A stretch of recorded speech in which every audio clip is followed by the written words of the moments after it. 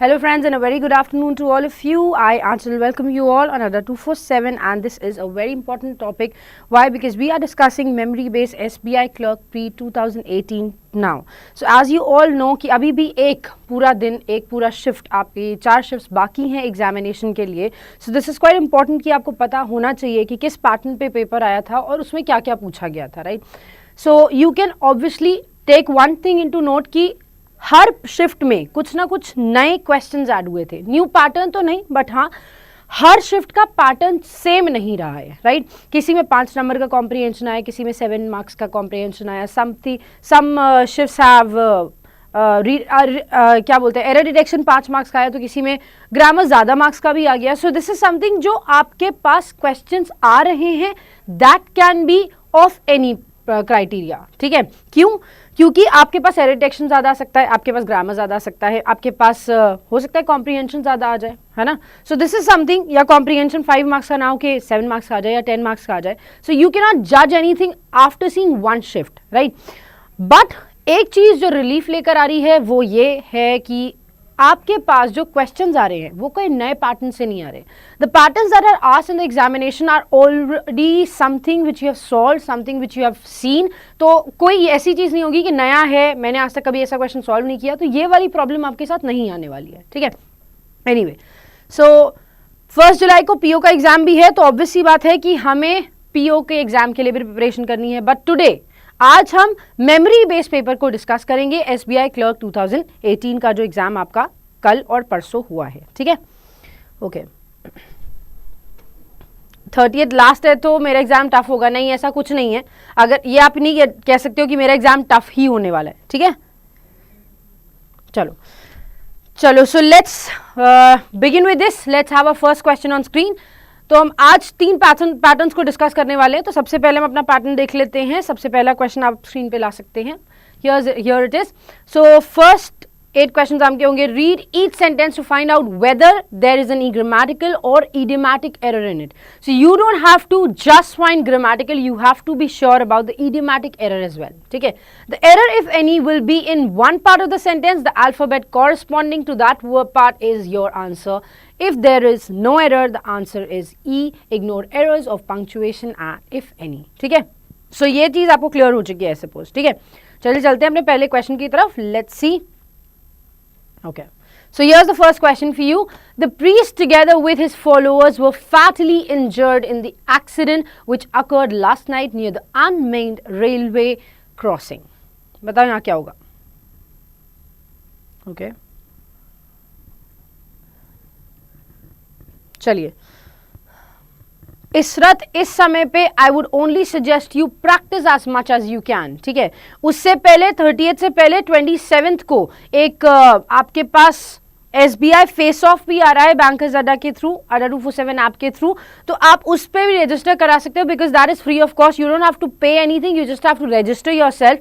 ठीक है, तो that would be good for you. ठीक है, अभी मेरे को आंसर ए और बी मत बताना. Please tell me what is the correct word over there, what should be placed in the sentence. ठीक है, word replaced by was. Absolutely correct, guys. The condition says whenever you have 2 subjects joined using the word with, together with, along with, in addition to, no less than, इनसे अगर आप join करते हैं like with हो गया, together with हो गया, along with हो गया, in addition to हो गया, no less than हो गया, इनसे जब भी आप 2 subjects को join करते हो, so we always agree with the first subject. पहला सब्जेक्ट जैसा भी होता है वैसा ही वर्ब हम फॉलो करते हैं. So now here you can see the first subject is the priest.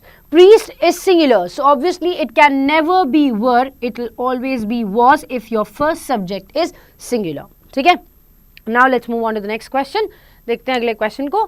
The young woman who is watching television in that room lived here for more than a year but she has never created any problem for us. No error. बताओ.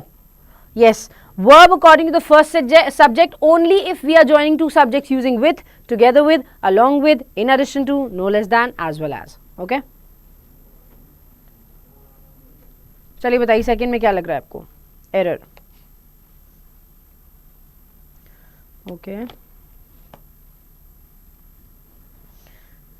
Okay, जल्दी से बताओ क्या लग रहा है आपको, error क्या होगा यहाँ पर? Has been living, has lived, okay. The young woman who is watching television in that room lived here. Now, let me tell you one thing. If I say she is watching at that time, हम कह रहे हैं वो वहां पर watch कर रही है, so she is present at that time. Then how can you say कि वो रह के जा चुकी है? Can we say this thing कि वो रह के जा चुकी है? Can we say कि वो lived, she has already gone? क्या आप ऐसा कह सकते हो कि वो जा चुकी है? That's not possible, right? So यहाँ पर if we say कि is watching है, so obvious सी बात है कि वो बहुत टाइम से रह रही है. So you either write has lived or you can write has been living. ठीक है, कि वो 1 साल से रह रही है, has been living here for more than a year, या फिर has lived here for more than a year. In my opinion, has been living would be a correct answer because this started in the past, it is still continued and maybe it will be continued in the near future as well, right? So it says the young woman who is watching television in that room has been living here for more than a year, but she has never created any problem for us. ठीक है? Okay. Yes. चलिए अब चलते हैं next question की तरफ. हाँ, ये आ गया थर्ड क्वेश्चन आपके सामने. Each of the employees whom the company has chosen to take part in the international seminar to be conducted in the city hall are up to the mark. No error. Yes. Has been living. Why? Because she was living there in the past. She started living in the past, for example, a year ago, and then she's presently living as well, right? तो अभी भी वो रह रही है. So obviously बात है कि has been would be the perfect verb here because she is still doing the same. इस वजह से, but still. अब आप बताइए नेक्स्ट में क्या एरर है. Okay, now tell me. Has living नहीं हुआ, हैज बीन लिविंग होगा और हैज लिव्ड होगा. ठीक है, हैज लिव्ड पक्का दोनों हो सकता है. It can be lived, it can be living, both of them are correct. ठीक है,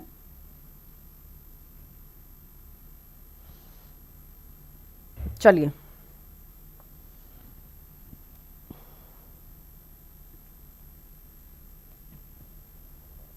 चलो. Is okay. D में error. Don't tell me the error, guys. Tell me what is the correction there. हमें correction बताइए, हमें error मत बताइए आप लोग. ठीक. It says each of the employees whom the company has chosen to take part in the international seminar to be conducted in the city hall are up to the mark. बताओ. Whom is absolutely correct. Why? Because the subject changes after whom, है ना. Whom के बाद का जो statement है उसका subject change हो रहा है. Has chosen is not for the employees, has chosen is for the company. So whom is absolutely correct. But here where you're placing are, that's incorrect. क्यों? क्योंकि are का usage is हाँ, are का use क्यों correct है? Because the sentence starts with each of, right? Sentence start हो रहा है किससे? Each of से start हो रहा है. This means each always follows what? Verb in singular form.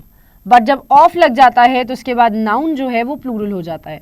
Otherwise अगर ईच के जस्ट बाद आप वर्ब नाउन लगाओगे that will be singular for each employ, लेकिन ईच ऑफ द एम्प्लॉयज. ठीक है, विल राइट ईच के जस्ट बाद अगर नाउन लगाते हैं तो this noun is always in singular form and the verb is also in singular form. ठीक है, but when I say each of the, then the noun goes plural but the verb remains singular.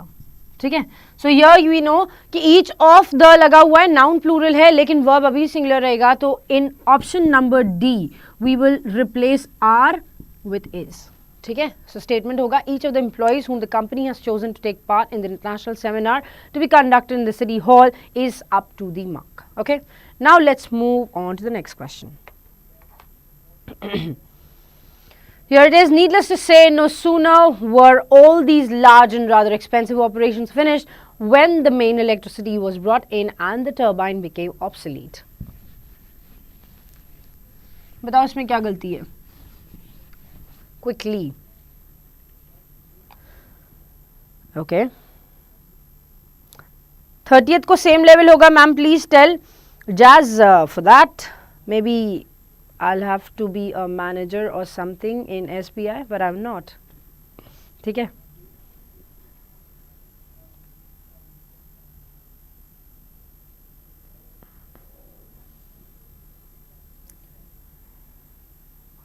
Okay अरे भैया क्या हो तुम लोग के साथ, क्या दिक्कत चल रही है कुछ? देखो, I tell you one thing, if we find anybody who is not behaving in a proper manner that the person should be doing that, if you don't do that you'll be blocked. अगर आप सही से behave करेंगे तो आपको कोई भी block नहीं करेगा. So she must have done something or he must have done something which is not acceptable. So maybe ऐसा हुआ हो. ठीक है, चलो बताओ. और तुम अपनी पढ़ाई पे फोकस करो ना. Nobody will be helping you out when you're giving your examination, है ना? So focus on yourself. बताओ. Needless to say, no sooner were all these large and rather expensive operations finished when the main electricity. What's the error? See, ये आप पढ़ चुके हैं, ठीक है. So I won't say कि आपको आंसर नहीं पता है. Whenever we place this word no sooner, जब भी लगता है, so उसके साथ fixed है that you have to place only than and not when. when का यूज आप नहीं कर सकते हो, आप than का यूज करते हो. ठीक है, हार्डली, स्केसली, बेरली के साथ, हार्डली, बेरली एंड स्केसली, इनके साथ आप लगाते हैं क्या? इनके साथ you place this word when, but with no sooner you place than. So instead of writing when you will place than over here. ठीक है, चलो चलिए नेक्स्ट देखते हैं. नेक्स्ट क्वेश्चन पे चल दिए, फिफ्थ क्वेश्चन पर. Plastic bags less than 50 microns thick are banned, but neither the states nor the city corporations cares to enforce this rule. No error. Okay.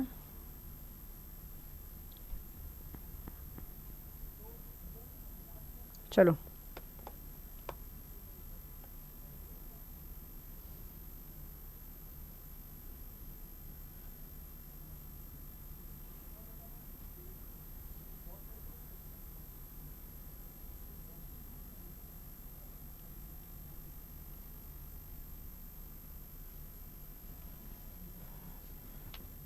चलिए बताइए क्या होगा.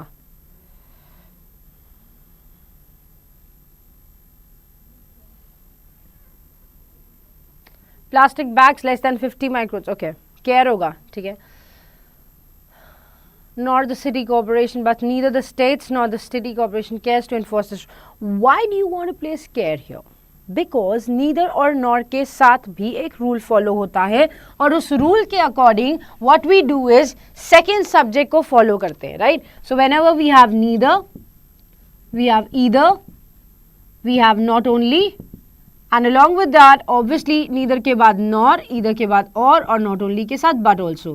If you are placing any of these conjunctions, अगर आप लगा रहे हो कुछ भी conjunction, so इसके बाद वाले जो भी होंगे उसके अकॉर्डिंग verb लगेगा. ठीक है, सेकेंड वाले सब्जेक्ट के अकॉर्डिंग वर्ब का यूसेज होता है. So second subject is obviously corporations, तो कॉर्पोरेशंस के साथ कैज लग नहीं सकता. We have to write what? Has is singular, but the second subject is plural, so we have to write what? Plural. और प्लूरल में क्या हो जाता है? केयर्स में से एस हट जाएगा एंड इट बिकम्स केयर. ठीक है, so it says plastic bags less than 50 microns thick are banned, but neither the states nor the city corporations care to enforce this rule. ठीक है, चलो अब चलते हैं नेक्स्ट क्वेश्चन की तरफ. Let's have the sixth question on screen.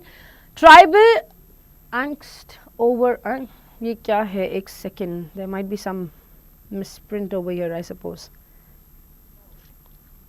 Angst, okay. Over economic issues leading to the scapegoating of non-tribal long-time residents reflects the continued failure to forge a more inclusive politics in Meghalaya. बताओ क्या गलती है इसमें?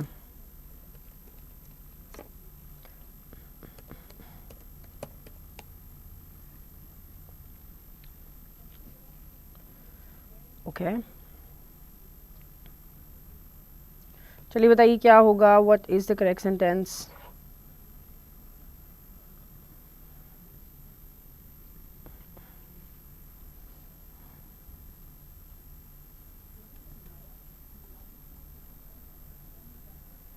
Okay, चलो बताओ क्या गलती लग रही है यहाँ पे? What do you think the error is?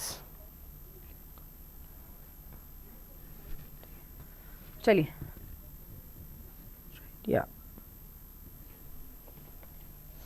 चलिए क्या करेंगे इस सेंटेंस में? What's the error? Angst is a word. Angst का मतलब होता है apprehension. That means you have a fear of falling, you have a fear कि कोई चीज खत्म हो जाएगी. ठीक है, एंग्जाइटी, फियर, एप्रीहेंशन, वरी, इन सबको बोलते हैं एंग्स्ट. तो यहां पर बताओ क्या होना चाहिए? What do you think? Tribal angst over economic issues leading to the scapegoating of non-tribal long-time residents reflects the continued failure to forge a more inclusive politics in Meghalaya. क्या? Angst, angst का मतलब मैंने बताया ना, this means fear, anxiety, apprehension, डर कि कोई चीज खत्म हो जाएगी. So we don't have any error over here. ठीक है? The continue failures नहीं हो सकता है. Failure is a noun. उससे पहले जो लगेगा that will be an adjective. और adjective जब verb की third form में होता है तो this is called past participle. So continued is an adjective which is used in verb's third form, and this is what we mean by past participle, which is absolutely correct, which says the sentence has no error, and your answer will be option number E. ठीक है, चलिए अब चलते हैं 7th question की तरफ. Let's have the next question on screen. The Prime Minister has great power of implementing some useful schemes, but the ministers have even greatest ability to foil them. No error. चलो बताओ यहाँ पर क्या गलती लग रही है आपको?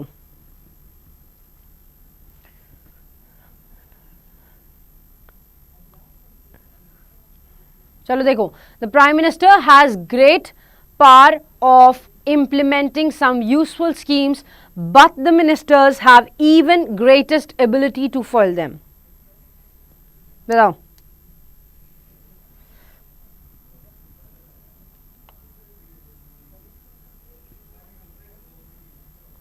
चलो बताइए क्या एरर है यहाँ पे?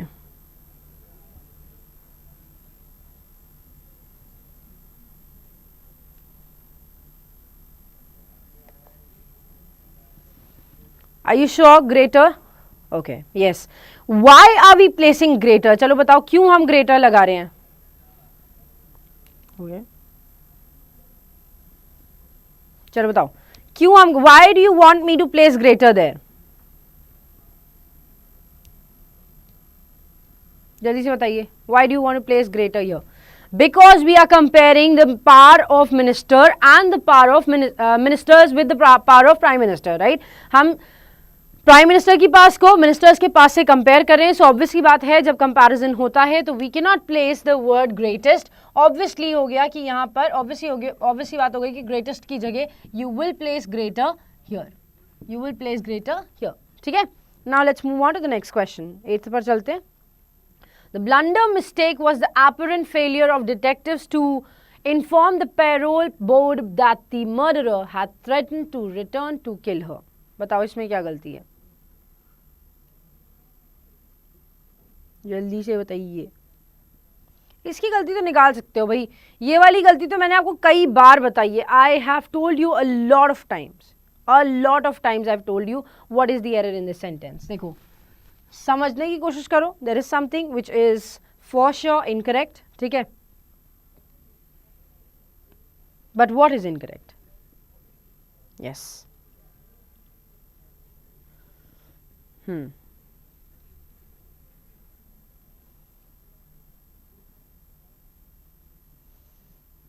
Yes, absolutely correct.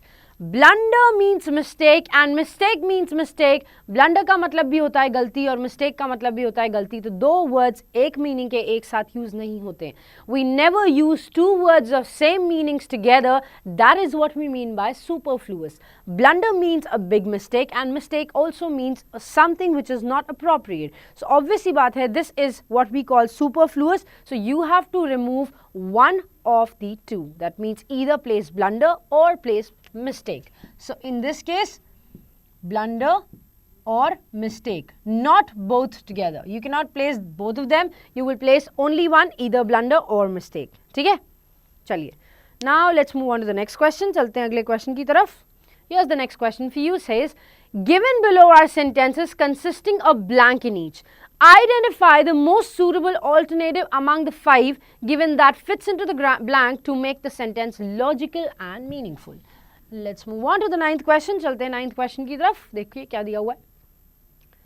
Move it. move it, thanks. In the same amount of time it would take me to correct all the dash in your report, I could write a better report myself. जितना समय मुझे लगेगा कि तुम्हारी गलतियां सुधारने में, उससे बेहतर है कि मैं अपनी एक नई रिपोर्ट बना लूं. बताओ.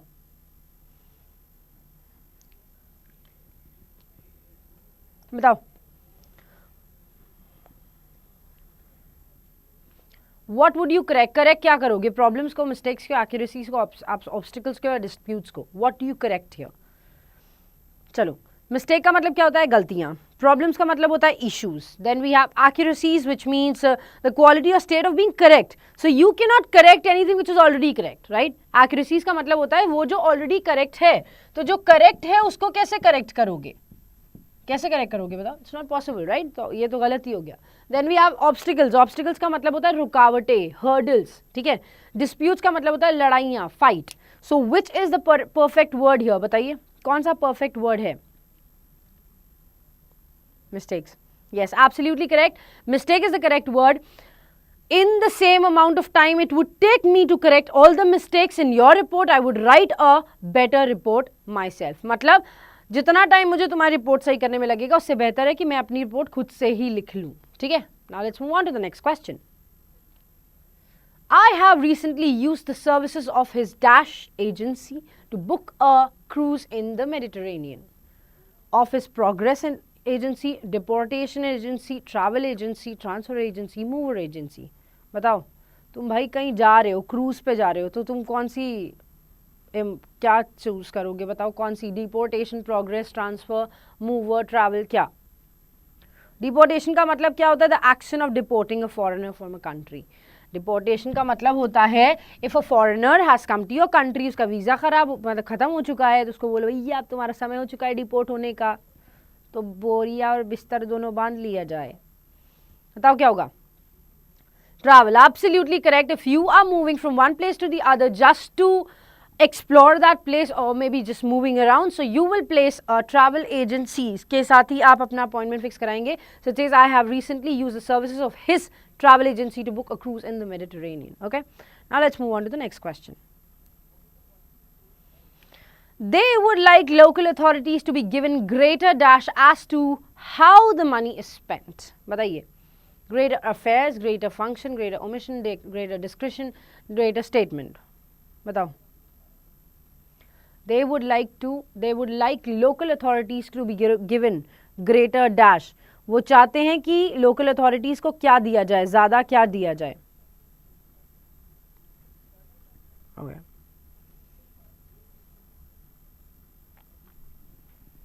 चलो बताओ. अफेयर्स का मतलब क्या होता है? कि कोई भी सिचुएशन, कोई भी इश्यूज, राइट? बट यहां पर इसका मतलब है नो. Functions, no. ज़्यादा क्या दिया जाए? ज़्यादा ओमिशन दिया जाए, हटा देने की बात होगी, नहीं. ज़्यादा स्टेटमेंट दिया जाए, नो. ज़्यादा क्या दिया जाए? Discretion. What does this word discretion mean? बताओ. बताओ. What do you mean by this word discretion? आप बोल तो रहे हो डी डी डी डी, लेकिन है क्या? इसका मीनिंग क्या है? डिस्क्रिशन का मतलब क्या होता है? बताओ. कोई बता सकता है? Anybody who can tell me this thing? Discretion is actually giving the complete freedom of deciding what to do and what not to do. ठीक है. Discretion का मतलब होता है वो अथॉरिटी देना, पूरी फ्रीडम देना कि आप खुद ही डिसाइड कर लिए what's good for you and what's bad for you, है ना? So discretion is the correct word. कह रहे हैं वो लोकल अथॉरिटीज़ को, वो चाहते हैं कि लोकल अथॉरिटीज़ को ज़्यादा डिस्क्रिशन मिले, ग्रेटर डिस्क्रिशन मिले as to how the money spend. वो पैसा कैसे स्पेंड करना है जो उनके पास आया है. ठीक है. So this is how we do that. Now let's move on to the next question. चलिए अब चलते हैं अगले क्वेश्चन की तरफ. Yes, discretion is the proper word.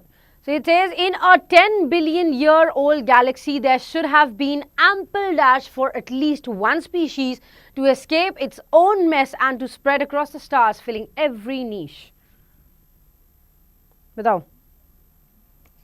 जल्दी से बताइए क्या होगा यहाँ पर करेक्ट आंसर?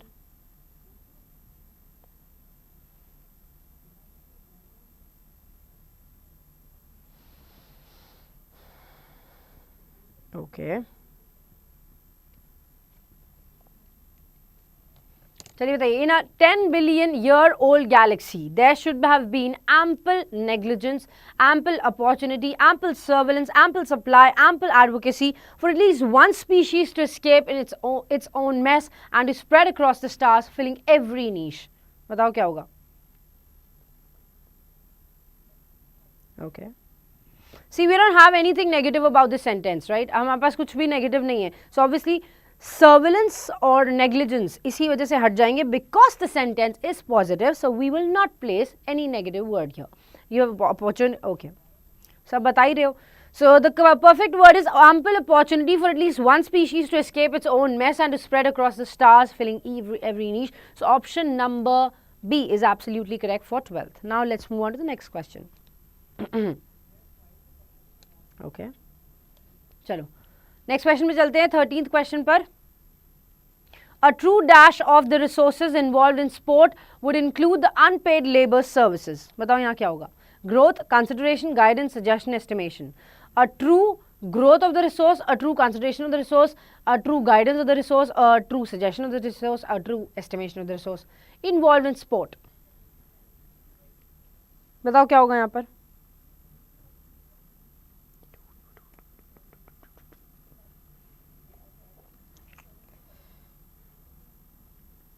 बताइए क्या होगा? A true dash of the resources involved in sport would include the unpaid labour services. A true what of growth?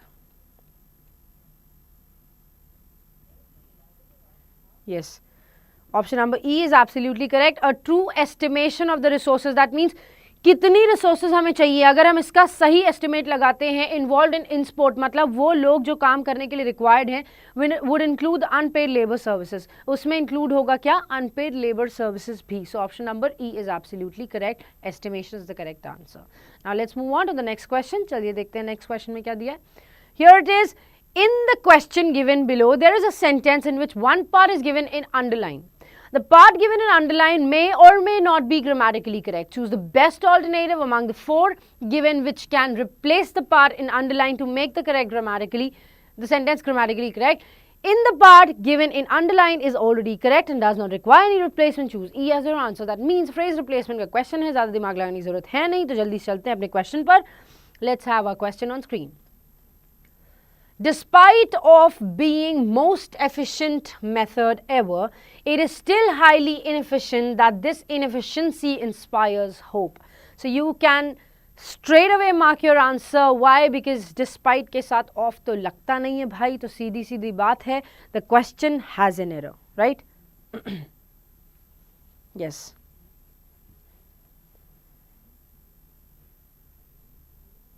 Purnima, don't worry about that. I will definitely take care of Akashdeep, Deepika and Manish. ठीक है, I will take care of this thing. अभी इस चीज को भूल के अपनी पढ़ाई पे कंसंट्रेट करिए. I will talk about that. ठीक, बस अब इससे ज्यादा हम कुछ नहीं बोल पाएंगे. बस इतना बोल सकते हैं कि आई will definitely talk about this. ठीक, चलो. डिस्पाइट ऑफ के साथ ऑफ नहीं लग सकता है guys. That's quite known fact कि डिस्पाइट के साथ ऑफ नहीं लगता. So for the reason being option तो गलत है, बी और सी भी गलत है. Now you have A and D. Despite being the mostly efficient नहीं होता, despite being the most efficient होता है. So correct answer is option number D. ठीक है, okay, option number D is absolutely correct. Now let's move on to the next question. चलिए देखते हैं 15th. A satisfactorily number of contestant. See guys, यहाँ पर आप बता सकते हैं a satisfactorily number of contestant must register for the contest in order for it to take place. बताओ क्या होगा?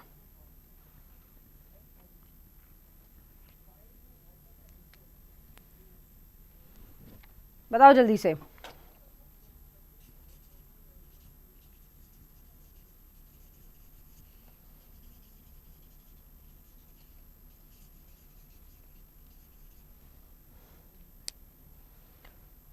Okay.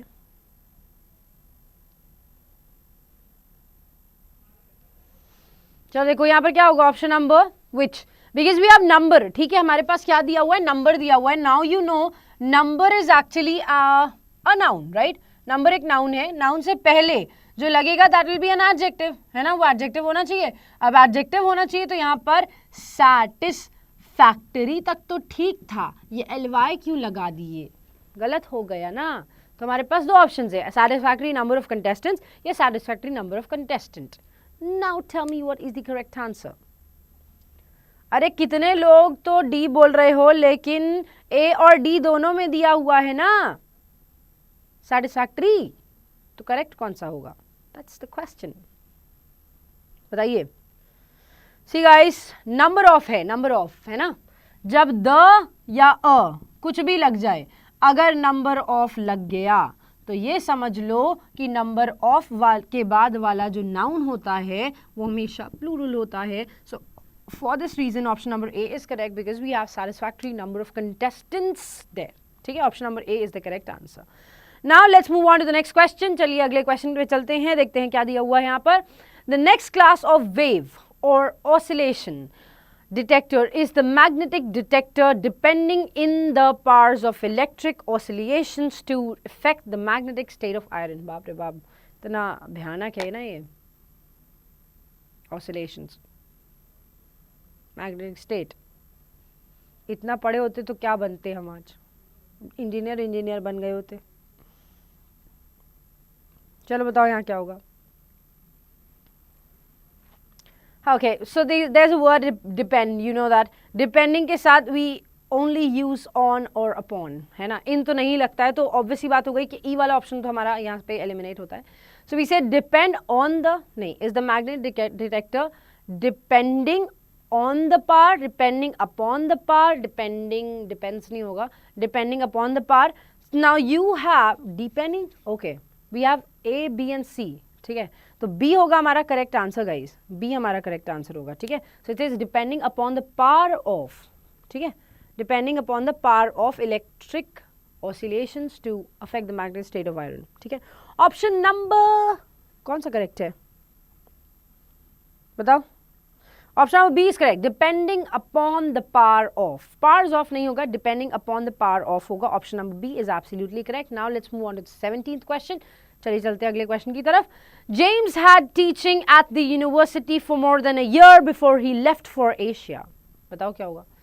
हैड टीचिंग तो नहीं होगा गाइस, देखो पहले पढ़ाता था 1 साल तक, तो पास्ट में कोई चीज शुरू हुई, पास्ट में कुछ समय तक कंटिन्यू हुई और पास्ट में ही खत्म हो गई, ठीक है। This is what we have, past में स्टार्ट हुई, पास्ट में 1 साल तक चली और पास्ट में ही खत्म हो गई, because now he is in Asia, अब तो वो एशिया में है ना। बताओ, पास्ट में स्टार्ट हुई, 1 साल पहले स्टार्ट हुई, 1 साल तक चली और 1 साल में खत्म हो गई। So the started in the past, continued in the past and ended in the past. So this is past perfect continuous tense, right? So we have to place had been verbs fourth form. So we have had been verbs fourth form, we have it, and that is given in option number C. So our correct answer is James had been teaching at the university for more than a year before he left for Asia. Okay? Now let's move on to the next question. His tail was short and scraggly, and his harness had been broken in many places and fastened together again with cords and bits of wire. बताओ क्या होगा।